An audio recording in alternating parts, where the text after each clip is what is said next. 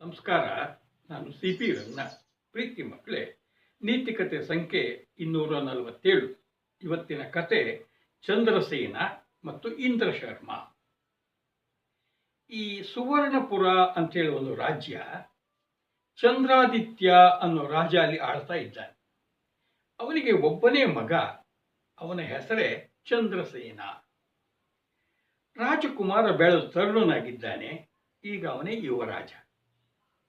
ಯುವರಾಜ ನೋಡ್ಲಿಕ್ಕೆ ಚಂದಿದ್ದಾನೆ, ವಿದ್ಯಾವಂತ, ಗುಣವಂತ, ಶೂರ, ಧೀರ ಎಲ್ಲ ಹೌದು. ಜನಾನೂರಾಗಿ ಇವನಿಗೆ ಹಲವಾರು ಜನ ಸ್ನೇಹಿತರಿದ್ರು. ಇವನು ಸ್ನೇಹಿತರನ್ನ ಆರಿಸ್ಕೊಳ್ಬೇಕಾದ್ರೆ ಯೋಗ್ಯರಾದವ್ರನ್ನೇ ಆರಿಸ್ಕೊಳ್ತಿದ್ದ. ಹೀಗೆ ಇವನಿಗೆ ಸಿಕ್ಕಂತ ಹಲವಾರು ಸ್ನೇಹಿತರಲ್ಲಿ ಒಬ್ಬ ತುಂಬಾ ಆಪ್ತನಾಗ್ಬಿಟ್ಟ. ಅವನ ಹೆಸರೇ ಇಂದ್ರಶರ್ಮ. ಇಂದ್ರಶರ್ಮ ಬ್ರಾಹ್ಮಣ ಕುಮಾರ, ಸಕಲ ವೇದ ಪಾರಂಗತ, ಬಹಳ ವಿದ್ಯಾವಂತ, ಬುದ್ಧಿ ಚುರುಕು, ಜೊತೆಗೆ ಕ್ಷತ್ರಿಯೋಚಿತವಾದ ಕತ್ತಿ ಕಾಳಗ, ಕುದುರೆ ಸವಾರಿ ಅದರಲ್ಲೂ ನಿಪುಣನಾಗಿಬಿಟ್ಟಿದ್ದ.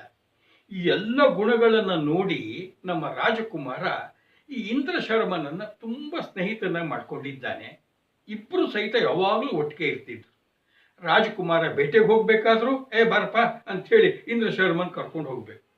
ಎಲ್ಲೆಲ್ಲಿ ಹೋದ್ರೂ ಸಹಿತ ಎಲ್ಲಾ ಸಮಯದಲ್ಲೂ ಇರ್ತಿದ್ದ. ಜೊತೆಗೆ ಇವನ ಸಲಹೆ ಕೇಳಿದ್ರೆ ಯಾವ ಕೆಲಸವನ್ನು ಮಾಡ್ತಿರ್ಲಿಲ್ಲ. ಅವರಿಬ್ಬರದು ದೇಹ ಎರಡು, ಪ್ರಾಣ ಒಂದು ಅನ್ನೋ ಹಾಗೆ ಇದ್ದು ಬಿಟ್ಟಿತ್ತು. ಇದು ನೋಡಿ ಕೆಲವು ಹೊಟ್ಟೆ ಉರಿನೂ ಆಗುತ್ತೆ. ರಾಜನಿಗೆ ಸಂತೋಷ, ಹೋಗ್ಲಿ ನನ್ನ ಮಗ ಒಬ್ಬ ಒಳ್ಳೆ ಗೆಳೆಯನನ್ನು ಪಡೆದಿದ್ದಾನೆ ಅಂತ.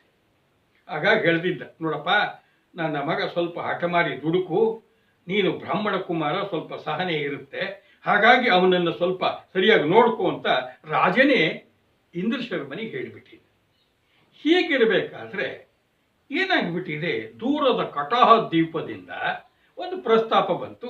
ಅಲ್ಲಿಯ ರಾಜಕುಮಾರಿ ಕಲಾವತಿ ಬಹಳ ಸುಂದರಿ, ಅವಳ ಚಿತ್ರಪಟವು ಬಂತು. ಸರಿ, ಚಿತ್ರಪಟ ನೋಡಿದ ಕೂಡಲೇ ನಮ್ಮ ರಾಜಕುಮಾರ ಒಪ್ಕೊಂಡೇ ಬಿಟ್ಟ. ಮದುವೆಗೆ ಅಲ್ಲಿಯ ರಾಜ, ಕಟಾಹ ದ್ವೀಪದ ರಾಜ ನಿಬಂಧನೆಯನ್ನು, ನಮ್ಮೂರಿಗೆ ಬಂದು ನೀವು ಮದುವೆ ಮಾಡ್ಕೊಂಡು ಹೋಗಿ ನಮ್ಮ ಮಗಳನ್ನ. ಸರಿ, ಮಹಾರಾಜ ಹೇಳ್ದ, ನೋಡು ಕುಮಾರ, ನೀನು ನಿನ್ನ ಒಂದು ಮಿತ ಪರಿವಾರ ತಗೊಂಡು ಹೋಗು, ಬಹಳ ದೂರ ಮದುವೆ ಮಾಡ್ಕೊಂಡು ಬಂದ್ಬಿಡು, ಇಲ್ಲೊಂದು ಉತ್ಸವ ಮಾಡೋಣ. ಆಯ್ತು. ಈಗ ರಾಜಕುಮಾರನ ಮದುವೆಗೆ ಕರ್ಕೊಂಡು ಹೋಗಿ ನಡೆಸ್ಕೊಂಡು ಬರುವಂತ ಹೊಣೆ ಅವನ ಗೆಳೆಯನಾದಂಥ ಇಂದ್ರಶರ್ಮನ ಮೇಲೆ ಬಿತ್ತು. ಒಂದು 500 ಜನ ಒಂದು ಪರಿವಾರ, ಈ ಸೈನಿಕರಿದ್ದಾರೆ, ಇನ್ನು ಬಾಕಿ ಸೇವಕರೆಲ್ಲ ಇದ್ದಾರೆ, ದಾಸದಾಸ್ತಿರಿದ್ದಾರೆ. ಈ ಒಂದು ಸಣ್ಣ ಪರಿವಾರವನ್ನು ತಗೊಂಡು ಇವರು ಕಟಾಹ ದ್ವೀಪಕ್ಕೆ ಪ್ರಯಾಣ ಮಾಡ್ಕೊಂಡು ಹೋದ್ರು. 4-5 ದಿನ ಪ್ರಯಾಣ ಆಯಿತು. ಪ್ರತಿದಿನವೂ ಸಹಿತ ಕತ್ಲಾಗ್ತಿದ್ದಂಗೆ ಒಂದು ಕಡೆಗೆ ಬಿಡಾರ ಹೂಡ್ತಾ ಇದ್ರು. ಮತ್ತೆ ಬೆಳಗ್ಗೆ ಪ್ರಯಾಣ ಮುಂದುವರಿಸೋರು. ನಾಳೆ ದಿನ ಬೆಳಗ್ಗೆ 1 ಗಂಟೆ ಇಲ್ಲಿಂದ ಪ್ರಯಾಣ ಇದೆ, ಇಲ್ಲಿಗೆ ಕಟಾಹ ದ್ವೀಪಕ್ಕೆ ಅಂತಿದ್ದಾಗ ನಿಂತು ಬಿಟ್ಟಿದ್ದಾರೆ. ಇವತ್ತಿಲ್ಲಿ ವಿಶ್ರಾಂತಿ ತಗೊಂಡು ನಾಳೆ ಪ್ರವೇಶ ಮಾಡೋಣ, ನಾಳೆನೇ ಮದುವೆ. ಸರಿ, ರಾತ್ರಿ ಬಿಡಾರದಲ್ಲಿ ಒಳ್ಳೆ ರುಚಿಕಟ್ಟಾದಂಥ ಅಡಿಗೆ ಸಿದ್ಧವಾಗಿದೆ. ರಾಜಕುಮಾರ ಮತ್ತು ನಮ್ಮ ಈ ಇಂದ್ರಶರ್ಮ ಇಬ್ಬರು ಒಟ್ಟಿಗೆ ಊಟ ಮಾಡಿದ್ರು. ನಿದ್ದೆ ಬರ್ತಾ ಇಲ್ಲ. ಸರಿ, ಅವಾಗ ಅಲ್ಲಿ ದಾಸಿ ಇದ್ಲು. ಈ ದಾಸಿ ರಾಜಕುಮಾರನಿಗೆ ಸಣ್ಣಂದಿನಿಂದ ಲಾಲ್ನೆ ಪಾಲನೆ ಮಾಡಿದಂಥವ್ರು, ಕಥೆಯನ್ನು ಹೇಳಿ ಬೆಳೆಸಿದವಳು. ನಮ್ಮ ರಾಜಕುಮಾರಿಗೆ ಕಥೆ ಅಂದ್ರೆ ಬಹಳ ಇಷ್ಟ. ದಾಸಿ, ಒಂದು ಒಳ್ಳೆ ಕಥೆ ಹೇಳು ಅಂತ. ಅದೇನಪ್ಪ ಕಥೆ ಹೇಳ್ತೀನಿ ಅಂತ ಹೇಳಿದ್ಲು. ರಾಜಕುಮಾರ ಮಂಚದ ಮೇಲೆ ಮಲಗಿದ್ದಾನೆ, ಹಂಸತೋಲಿಕಾ ತಲ್ಪದಲ್ಲಿ. ಅವನು ಹಿಂಗೆ ಹೊರಕೊಂಡು ಕೇಳೋದು, ದಾಸಿಯಲ್ಲಿ ಕೂತ್ಕೊಂಡು ಹೇಳ್ತಿದ್ದಾಳೆ. ಈ ಕಡೆಗೆ ನಮ್ಮ ಯಾರು ಇಂದ್ರಶರ್ಮನು ಕೂತಿದ್ದ, ಕತೆ ಹೇಳ್ತಾ ಇದ್ದಾಳೆ. ಬಹಳ ಸೊಗಸಾದ ಕತೆ ಅರ್ಧ ಆಗಿದೆ. ಅವಾಗ ಏನಾಗ್ಬಿಡ್ತು, ರಾಜಕುಮಾರನಿಗೆ ಹಗಲೆಲ್ಲ ಪ್ರಯಾಣ ಮಾಡಿದ್ರಿಂದ ನಿದ್ದೆ ಬಂದ್ಬಿಡ್ತು. ಗೊರಕ ಹೊಡೆಯಕ್ಕೆ ಶುರು ಮಾಡಿಬಿಟ್ಟೆ. ದಾಸಿ ನೋಡಿದ್ದು, ಅವಳಿಗೂ ನಿದ್ದೆ ಎಳೀತಾ ಇತ್ತು.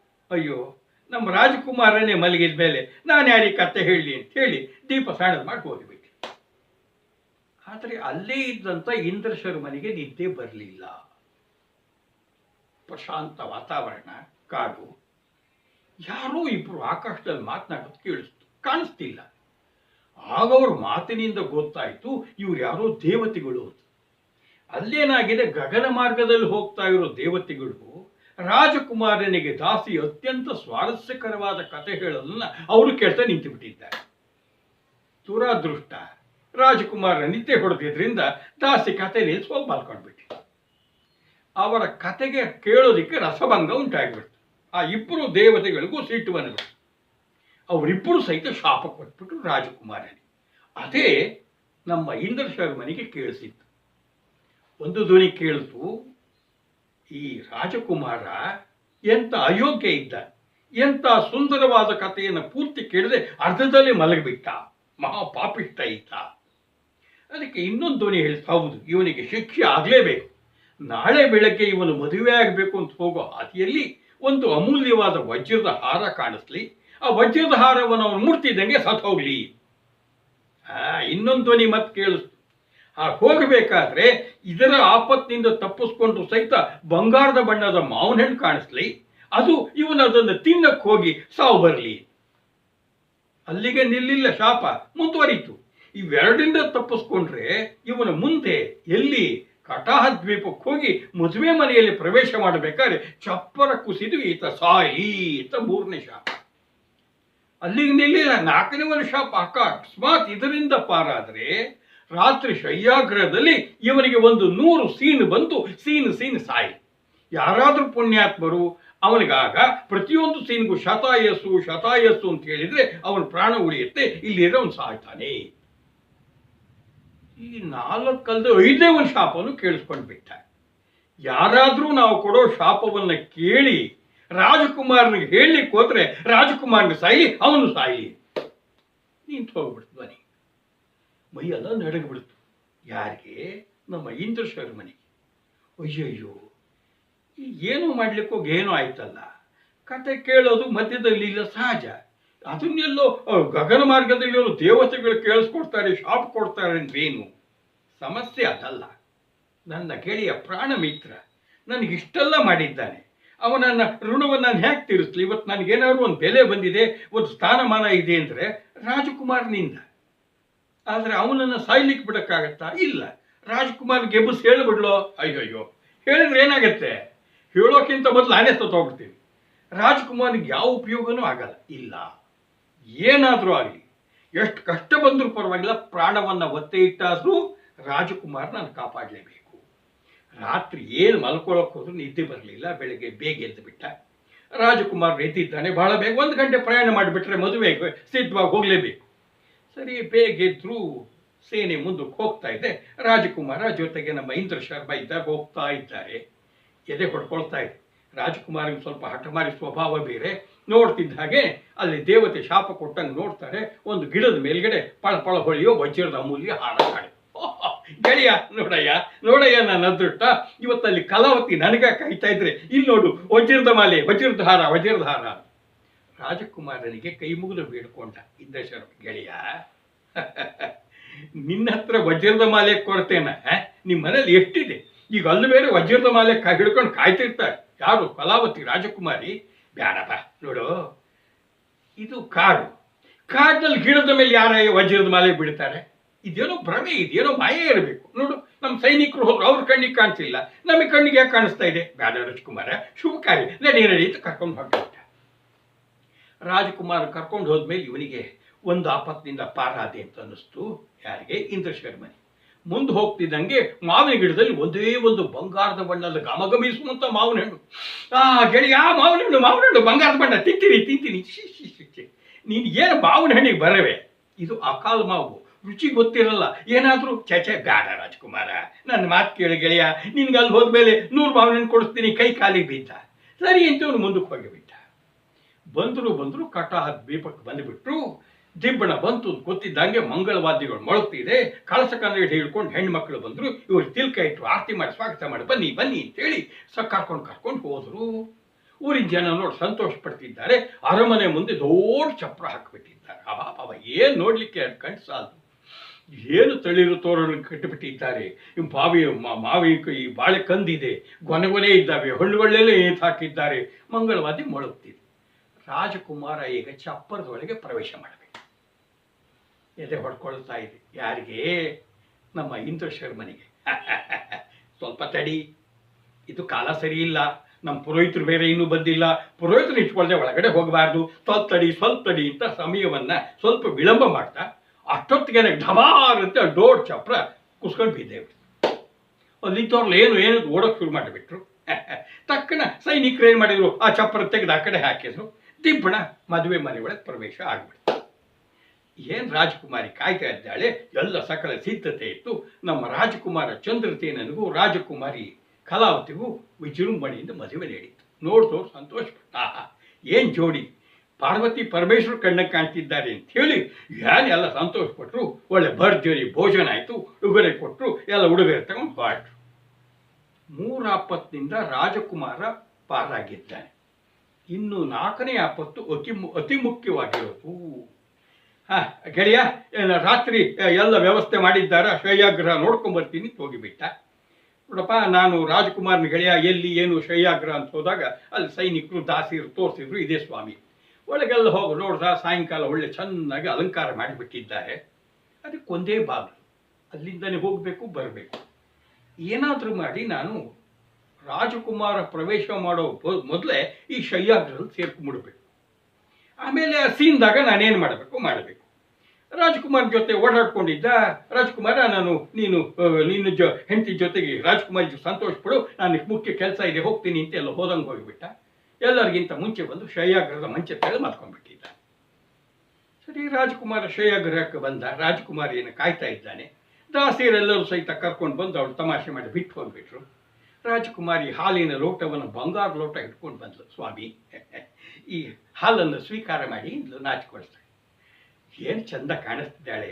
ರಾಜಕುಮಾರ ಅವಳನ್ನೇ ನೋಡ್ತಾ, ದೇವಿ ನೀನು ಅಮೃತವೇ ಇರಬೇಕಾದ್ರೆ ನನಗೆ ಈ ಹಾಲು ಯಾಕೆ ಅಂಥೇಳಿ ಅವಳನ್ನ ಅಲಂಗಿಸಕ್ಕೆ ಹೋದ. ಸ್ವಾಮಿ, ತಡೀರಿ, ಮೊದಲು ಈ ಹಾಲು ಕುಡೀರಿ ಅಂಥೇಳಿ ಇಬ್ಬರು ಸರಸ್ವ ಮಾತಾಡ್ತಾ ಹಾಲು ಕುಡ್ದ.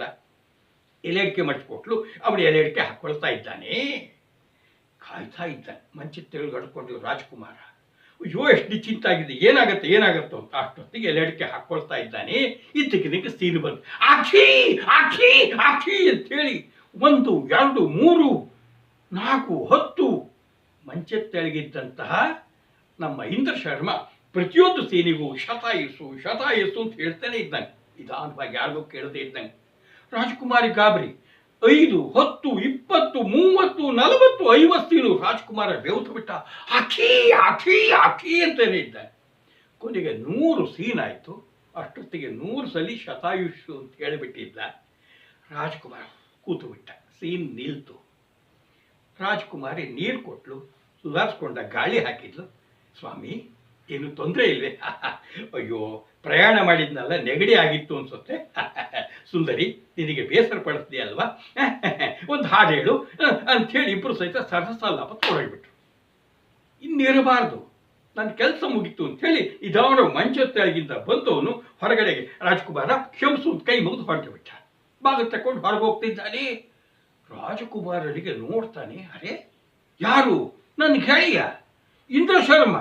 ಪಾಪಿ, ನೀಚ, ಅಯೋಗ್ಯ ಎಲ್ಲ ಬಿಟ್ಟು ಮೊದಲ ರಾತ್ರಿ ನಮ್ಮ ಶಯ್ಯಾಗ್ರಹದಲ್ಲಿ ನಮ್ಮ ಮಂಚದ ಗಡ್ಕೊಂಡಿದ್ದೆ. ಆತ್ಮು ಎಂತ ಅಯೋಗ್ಯ! ಯಾರಲ್ಲಿ ಸೇವಕರೇ, ಈ ದುಷ್ಟನನ್ನು ಬಂಧಿಸಿ ಬೆಳಗ್ಗೆ ಅವನನ್ನು ಶೂಲಕ್ಕೆ ಏರಿಸಿ ತಾಜ್ಞೆ ಮಾಡಿಬಿಟ್ಟ. ಸರಿ, ರಾಜಕುಮಾರ ಆಜ್ಞೆ ಪ್ರಕಾರ ಅವನನ್ನ ಇಂದ್ರ ಶರ್ಮನ ಬಂಧಿಸಿ ಕರ್ಕೊಂಡು ಹೋಗ್ಬಿಟ್ರು. ಈ ಕಡೆಗೆ ದಂಪತಿಗಳು ಆರಾಮಾಗಿ ರಾತ್ರಿ ಕಳಿಸು. ಬೆಳಕಾಯಿತು. ಬೆಳಗ್ಗೆ ಇಂದ್ರ ಶರ್ಮನನ್ನು ಸ್ಮಶಾನಕ್ಕೆ ಕರ್ಕೊಂಡು ಹೋಗಿದ್ದಾರೆ. ಅಲ್ಲಿ ಕೊತ್ವಾಲ, ನೋಡಪ್ಪ, ನೀನು ನಮ್ಮ ರಾಜಕುಮಾರನ ಗೆಳೆಯ. ಆದರೆ ಇಲ್ಲೊಂದು ಪದ್ಧತಿ ಇದೆ, ನಾವು ರಾಜಕುಮಾರ ಆಜ್ಞೆ ಈಡೇರಿಸಬೇಕು. ಏನು? ಶೂಲಕ್ಕೆ ಹಾಕಬೇಕು ನಿನಗೆ. ಆದರೆ ನೀನು ಸಾಯೋಕ್ಕಿಂತ ಶೂಲಕ್ಕೆ ಏರಿಸೋಕ್ಕಿಂತ ಮೊದಲು ನಿಂದೇನಾದರೂ ಬೈಕೆ ಇದ್ರೆ ಹೇಳು, ಪ್ರಾಣವೊಂದಲ್ಲಿ ಬಿಟ್ಟು ನಾವು ಈಡೇರಿಸ್ತೀವಿ.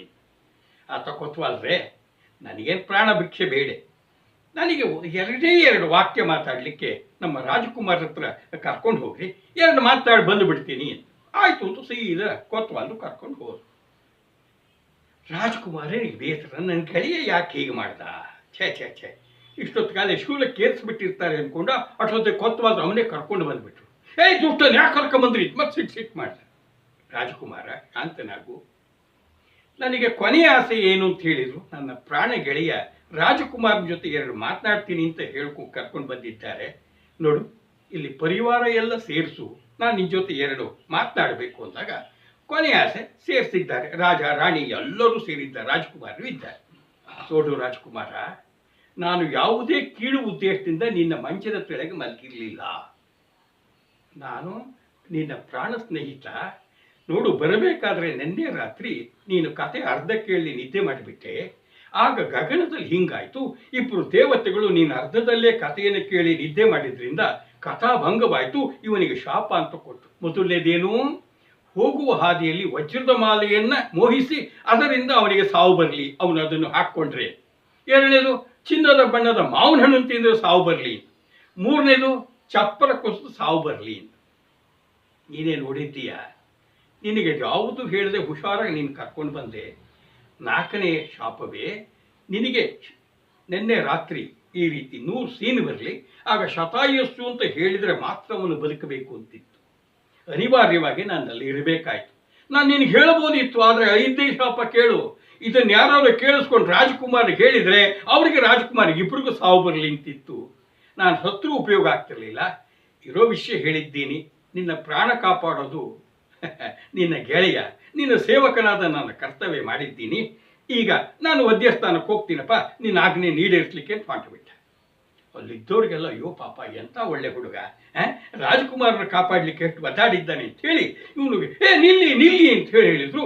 ಇವನು ಸಹಿತ ಹೋಗಿ ಗೆಳೆಯ ನನ್ನ ತಪ್ಪಾಗ್ಬಿಡ್ತು ಅಂಥೇಳಿ ಬಾಯಿ ತಪ್ಪಿಕೊಂಡ. ಇಬ್ಬರಿಗೂ ಕಣ್ಣಲ್ಲಿ ನೀರು ಅದು ನೋಡಿ ಎಲ್ಲರಿಗೂ ಸಂತೋಷ. ರಾಜನಿಗೆ ಭಾಳ ಸಂತೋಷ ಆಗುತ್ತೆ. ನೋಡಪ್ಪ, ಇಂಥ ಗೆಳೆಯರು ನಾವು ನೋಡೇ ಇಲ್ಲ, ಅಪರೂಪ. ನೀನು ಹೋಗಬೇಕಾದ್ರೆ ಮದುವೆ ಮಾಡ್ಕೊಂಡು ಹೋಗ್ಬೇಕು. ನೋಡು, ನಮ್ಮ ರಾಜಪುರೋಹಿತರ ಮಗಳಿದ್ದಾಳೆ, ಭಾಳ ಚಲೋ ಇದ್ದಾಳೆ ನೋಡು ಅಂದ ಕೂಡಲೇ ಇಬ್ಬರಿಗೆ ಒಪ್ಪಿಗೆ ಆಯಿತು. ರಾಜಕುಮಾರನ ಮದುವೆ ಜೊತೆಗೆ ನಮ್ಮ ಇಂದ್ರಶ್ವರ ಬಂದು ಮದುವೆ ಆಯಿತು. ಇಬ್ಬರು ಸಹಿತ ಸೀದಾ ಎಲ್ಲಿಗೆ ಊರಿಗೆ ಬಂದಿದ್ದಾರೆ. ಭವ್ಯ ಸ್ವಾಗತ, ಮೆರವಣಿಗೆ ಆಯಿತು. ಹೋದ್ರು. ಈ ಕಡೆಗೆ ರಾಜಕುಮಾರಿ ಜೊತೆಗೆ ನಮ್ಮ ಇಂದ್ರ ಶರ್ಮ ಅವನ ಜೊತೆ ಹೆಂಡತಿ ಎಲ್ಲ ಸುಖವಾಗಿ ಸಂತೋಷವಾಗಿದ್ದರು. ನೋಡಿ ಮಕ್ಕಳೇ, ಇದು ಸ್ನೇಹದ ಮಹತ್ವ. ಸ್ನೇಹ ಅಂದ್ರೆ ಏನು ಅನ್ಕೊಂಡಿದ್ದೀರಿ? ಬರೀ ಒಟ್ಟಿಗೆ ಇದ್ದು ಊಟ ತಿಂಡಿ ಮಾಡಿ ಸುಖವಾಗಿದ್ದಾಗಿರೋದಲ್ಲ. ಕಷ್ಟದಲ್ಲೂ ಅವನಿಗೆ ಯಾರು ಜೊತೆ ಆಗ್ತಾರೆ, ಸಹಾಯ ಮಾಡ್ತಾರೆ, ಕಷ್ಟ ಕೊಟ್ಕೊಂಡು ಪ್ರಾಣವನ್ನು ಒತ್ತೆ ಇಟ್ಟು ಕಾಪಾಡಕ್ಕೆ ಹೋಗ್ತಾರೆ, ಅವರೇ ನಿಜವಾದ ಸ್ನೇಹಿತರು. ನೀವು ಇಂಥ ಸ್ನೇಹಿತರು ಗಳಿಸ್ಕೊಳ್ಳಿ. ನಿಮ್ಮ ಸ್ನೇಹಿತರ ಸುಖದಲ್ಲಿ ಮಾತ್ರ ಅಲ್ಲ, ಕಷ್ಟದಲ್ಲೂ ಅವನ ಜೊತೆಗೆ ಇರಿ ಅಲ್ವಾ?